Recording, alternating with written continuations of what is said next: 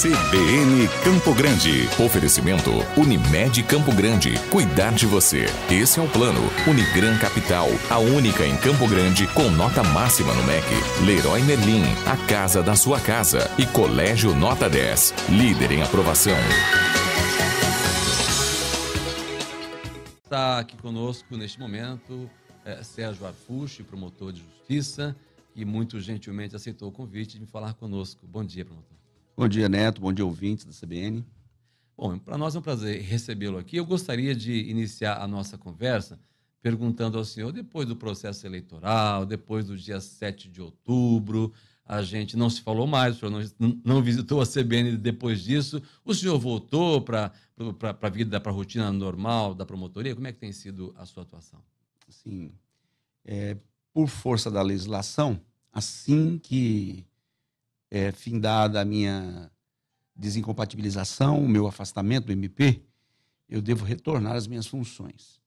E isso implica, inclusive, em me desfiliar, me desligar de partidos. O senhor não está mais filiado ao PSC? Não. Foi a primeira coisa que eu fiz. Tá. Eu me desfilei do PSC e retornei às minhas funções no Ministério Público como Procurador de Justiça. Perfeito. Como é que o senhor avalia, por mais que possa parecer um pouco tarde, mas o ouvinte CBN precisa ouvir.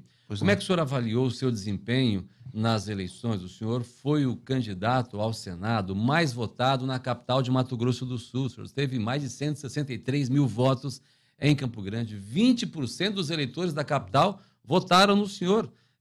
Acreditaram que o senhor seria, para a capital, a melhor alternativa. E, no total, o senhor teve quase 300 mil votos numa campanha que foi, num primeiro momento, um tanto quanto tumultuada, e o senhor saiu, vamos dizer, por último, nessa disputa com o ex-governador Zeca do PT, Marcelo Miglioli, do governo, Valdemir Moca com mandato, Nelcil Trade com toda uma história. O senhor chegou e deu um recado que parece assustou muita gente. Como é que o senhor avalia tudo isso? Eu vejo como um grande êxito, considerando as condições que me foram oferecidas pelo partido. Aliás, a única coisa que o partido me ofereceu foi a legenda de Senado, isso com muito custo, porque veio do próprio partido quase que o constrangimento para disputar o governo, diante da informação de que a diretoria nacional só remeteria recurso do fundo partidário para os candidatos através de um candidato de governo. E nós não tínhamos. O então presidente, na ocasião, não quis sair candidato a governo, e nós não tínhamos, então, além da minha candidatura ao Senado, um cargo majoritário. E para Senado, o partido não ia mandar recurso algum. Daí, então, essa pressão toda, eu estava até no Rio de Janeiro nessa ocasião, veio do partido essa orientação para que eu suspendesse temporariamente o meu projeto para o Senado e oferecesse o meu nome para governo. E assim, então, eu fiz, atendendo. O que foi negado pelo próprio partido às vésperas da convenção. Então, eu lamento que o meu próprio partido me prejudicou em todo o sistema. Mesmo assim, ainda conseguimos sair sozinho. Eu fui o único candidato do PSC. Os candidatos a deputados ficaram na coligação, não é?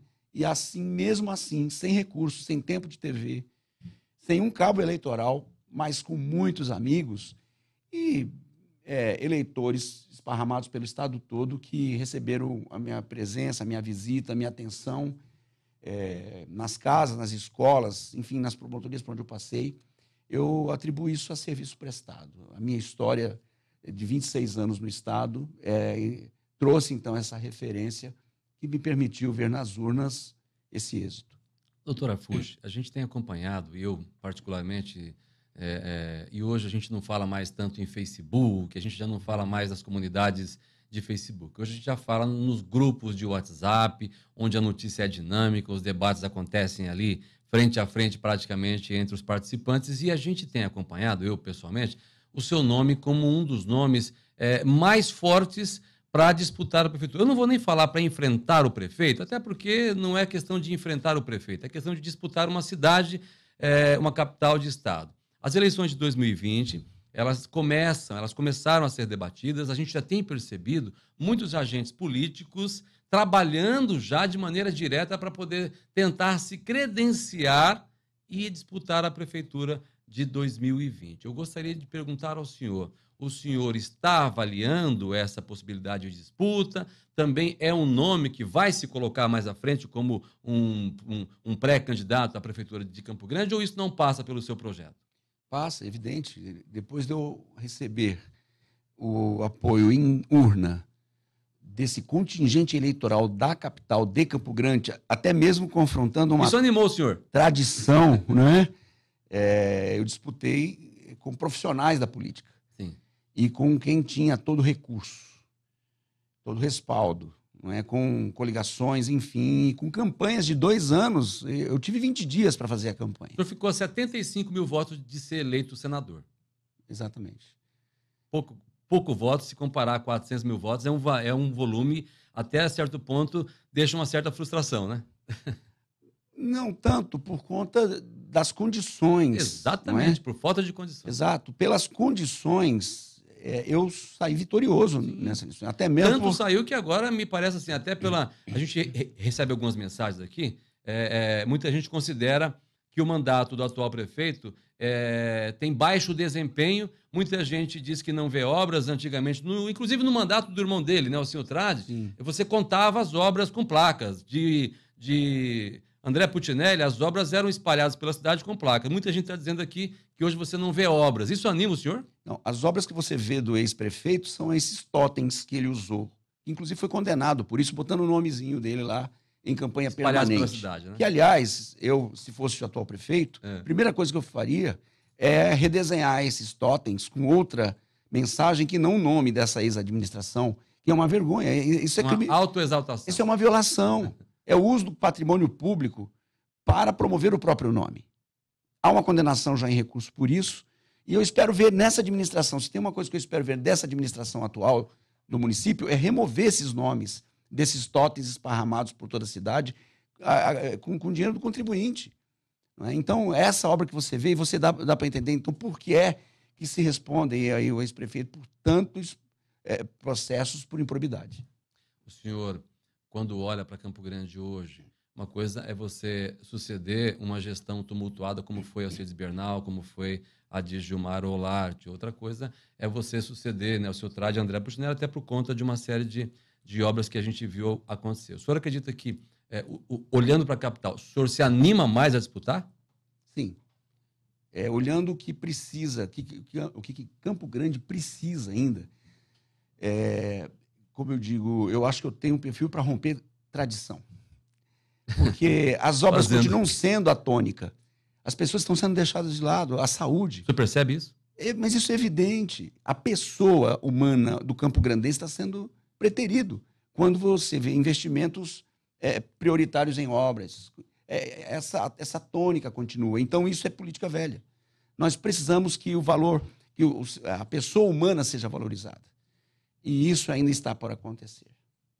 Quando o senhor fala na pessoa humana sendo valorizada, a gente tem aqui alguns exemplos. A gente tem ali obras na 14 de julho, que é um dinheiro, parece que não é do município, não é um investimento do município. A gente tem algumas reformas sendo feitas, alguns recapeamentos, obras mesmo que vão beneficiar a pessoa. O senhor tem...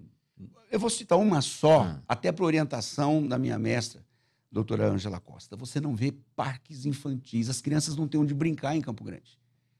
Onde tem cachorro defecando, tem brinquedo quebrado, tem situação de risco. Campo Grande não tem um lugar para uma criança brincar. Então, comecei da criança, não digo do idoso e nem do deficiente. Tente andar com uma cadeira de rodas nessa cidade. Então, percebe, é nisso que eu estou te dizendo. Coisas, em termos de custo, bem menor, mas que não são vistas com prioridade. Depois da eleição, o senhor deve ter recebido convites para se filiar em partidos. Isso já aconteceu? Sim, várias vezes. Vários partidos o chamaram?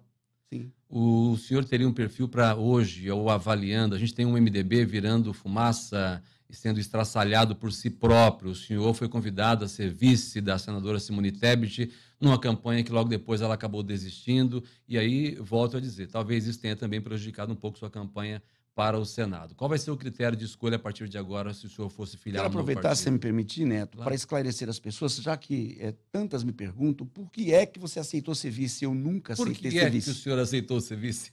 Nós conversamos, e Simone, já naquela ocasião, antes mesmo, já com o convite, não tinha condição de registrar candidatura para governo.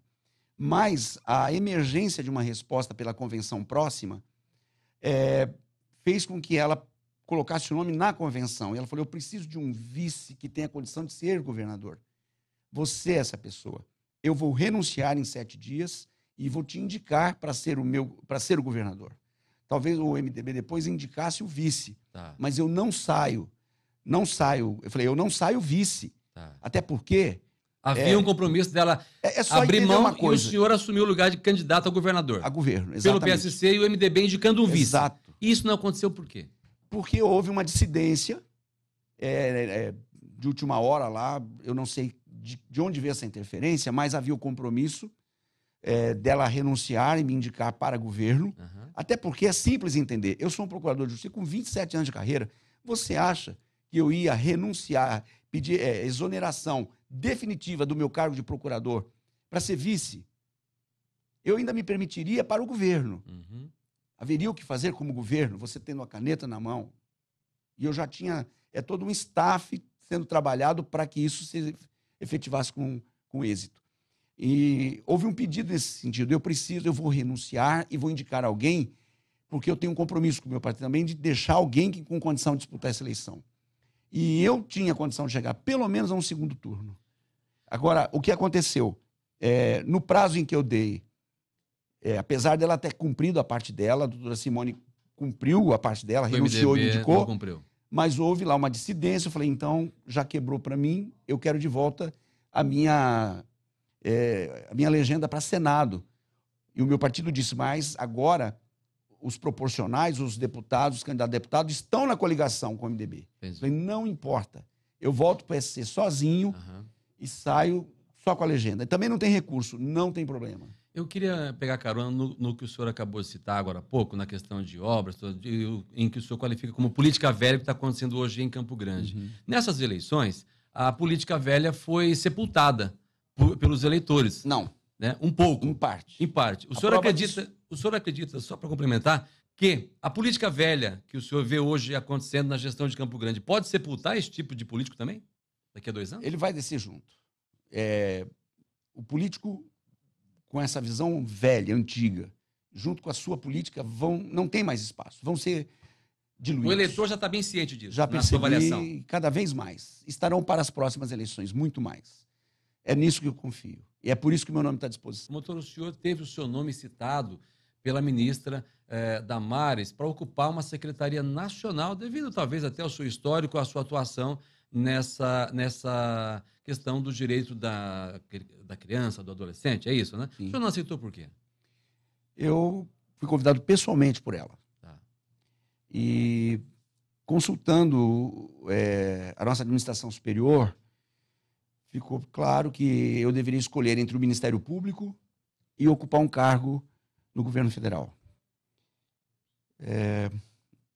Eu preciso pensar bem nisso, e no momento o que eu disse foi, não posso exonerar, não vou exonerar, até porque é uma das minhas bandeiras resgatar para o Ministério Público a grande injustiça que foi submetido pós-Constituição 88. A Constituição de 88 era uma e o Ministério Público era um. Nós temos mais de 100 emendas constitucionais, remendas até. Enfraquecendo. E até lá veio esvaziando, enfraquecendo o Ministério Público. A população precisa ver que o Ministério Público é um elemento essencial para a garantia dos direitos, para a democracia, para a segurança da Constituição. E há um grande ataque ao Ministério Público, porque é ele quem está lá na ação. E, infelizmente, o Congresso Nacional foi mal direcionado nesse sentido, esvaziando muitas funções essenciais do Ministério Público. Então, hoje, o Ministério Público não é mais o mesmo da Constituição de 88, que tirou do Ministério Público parte da sua cidadania. Eu digo que o promotor é menos brasileiro que os outros. Por quê? Eu não posso ser votado, eu não posso sequer me filiar a um partido. Se eu peço a desincompatibilização, como eu fiz, eu perco meus vencimentos, eu afasto sem vencimentos. E aí a conquista que nós tivemos agora com essas eleições é que o nosso Tribunal Regional Eleitoral, de forma unânime e inédita no país, reconheceu o direito adquirido de um promotor ser candidato. É claro que se eu fosse eleito senador, eu teria que abrir mão do meu cargo, eu teria que pedir exoneração, mas aí isso estava dentro da nossa programação. E eu até acho que isso também é injusto. Eu poderia ser simplesmente afastado, não é? Você escolhe uma das remunerações que seja, não é essa o que me trai, não é a remuneração, não é o que eu posso fazer como senador da República. Então, eu vejo, antes de tudo, que nós, promotores, procuradores de justiça, somos alijados de um direito de cidadão. Por isso, eu não pude aceitar o cargo. E mesmo assim, a ministra insistiu e falou, mas eu quero você aqui com a equipe. Consultando, então, novamente a nossa administração superior, que eu quero agradecer muito, essa lucidez com que eles lidam com tudo e imparcialidade, né?